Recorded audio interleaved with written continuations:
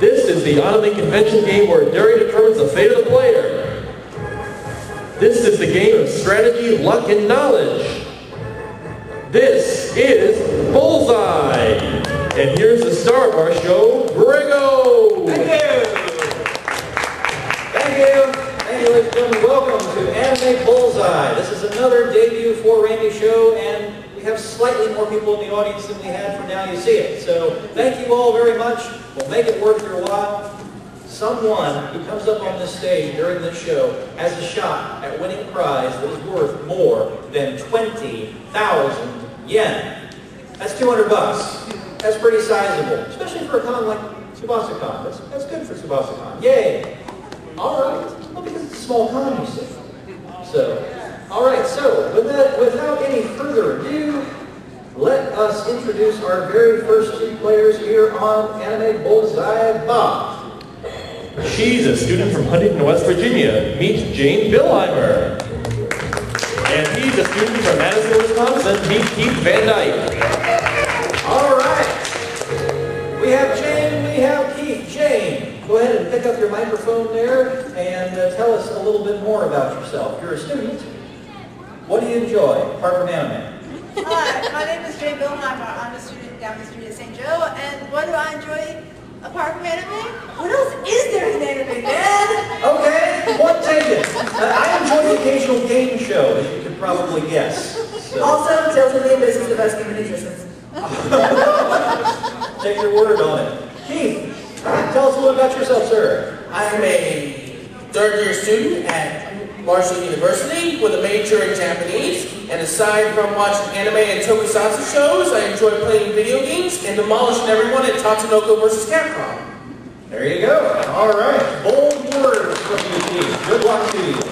All right. Let me explain how we play Bullseye. Behind these two top windows, categories will swirl at random, and you'll press the button in order to stop the randomizer.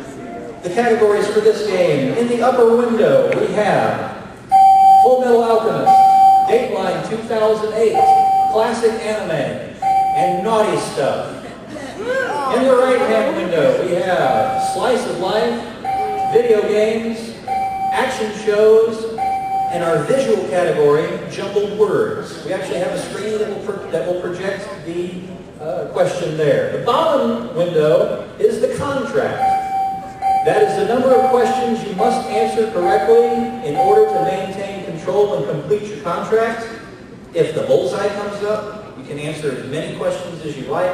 Stop at any time. When you've completed your contract, you can choose either to bank the money in the pot, or you can keep going and hope that you don't answer incorrectly, because if you do, you lose control. At any time, if you bank the money in the pot, control will go over to your opponent. Now, Jane, Keith, you played rock, paper, scissors before the show started, and Jane, you won, so you get control. The very first spin, the very first game of Anime Bullseye. Let's cover them all up. Go whenever you feel lucky, hit your button, and let's see what you get. You've got Dateline 2008 for 300 yen a question. Slice of Life at 150 yen a question. The contract is one question. Which category would you like to go with? I'll go with Dateline. You'll go with Dateline. All right. Dateline. Okay, well, my name is Chris Hansen, and I'm with Dateline. And would you just sit in this chair over here, please? No. All right. Yeah, thanks, guys. All right. Dateline 2008. This category is about headlines on Anime News Network in the year 2008. All right. Here is your first question.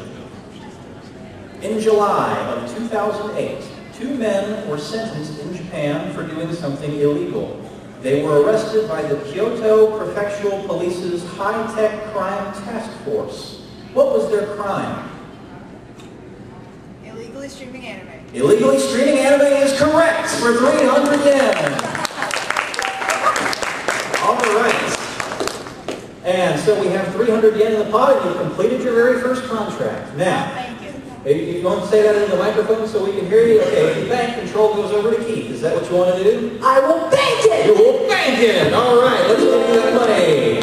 And you have 300 yen. We cannot take that away from you, but control passes over to Keith. Keith, pick up your button, and we're going to spin them around again. Cover them all up. Whenever you're ready, hit the button. We've got Full Metal Alchemist, 250 yen a question. Slice of Life, 250 yen a question. And the contract is 5 questions. Which way, either way you go, this contract is worth 1,250 yen. Which would you like? Full Metal Alchemist. Full Metal Alchemist, all right. Again, at 250 yen a question, this contract is worth 1,250 yen. Here is your first question. This Full Metal Alchemist character's comical, emotional antics usually result in injury to the object of his consolation. He also sparkles. Name the character. No, Maze? No, Maze is incorrect. To take control of the contract, Jane, what is this character's name? Armstrong! Armstrong is right. 250 yen in the pot. Armstrong was strong or mountains? Four questions remain in this contract. Here is the next one. The third episode of Full Metal Alchemist begins a flashback arc that shows how Ed and Al learn alchemy. They vowed to revive their dead mother. What is her name? Trisha Elric. Trisha is right for another 250 yen. 500 yen in the box.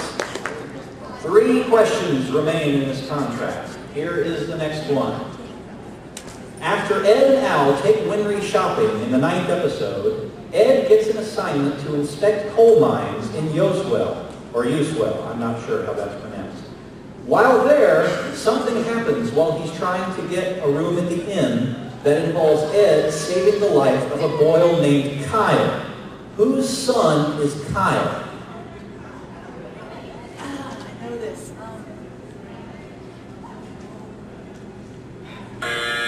Time is up. Control goes over to Keith, which I guess I never gave control over to Jane. Okay, Keith, do you need me to repeat the question? Yes, please. Okay, after Ed and Al take Winry shopping in the 9th episode, Ed gets an assignment to inspect coal mines in Yoswell. While there, something happens while he's trying to get a room at the inn that involves Ed saving the life of a boy named Kyle. Whose son is Kyle? The innkeeper's? The innkeeper's son is right for another 250 yen in the pot. 750 yen, 2 questions remain in this contract. Here's the next one. Who provides the voice for the English dub of Winry Rockbell? Tiffany Grant? Tiffany Grant is incorrect. Control goes back over to Jane. You can take this contract. Who provides the voice for the English dub of Winry Rockbell? Caitlin Glass? Caitlin Glass is right for another 250 yen. 1,000 yen in the pot now. 1 question remains. If you answer this correctly, you will have completed your second contract. Here is the question. The second opening theme, Ready, Steady, Go, is performed by what Japanese rock band? El Arconceal! El Arconceal is right. You've completed the contracts. All right, now we have 1,250 yen in the pot. If you bank it, it'll leave you 450 yen away from a win, but control passes over to Keith. Do you want to be daring, or do you want to bank the money? Audience, what should she do? Oh, bank it! She's going to bank it!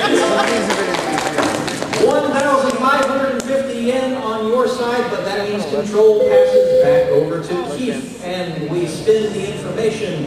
Cover it up, and Keith, whenever you want. Hit your button. We've got Dateline 2008 for 250 yen a question. Slice of Life again, 250 yen a question. The contract is 4 questions.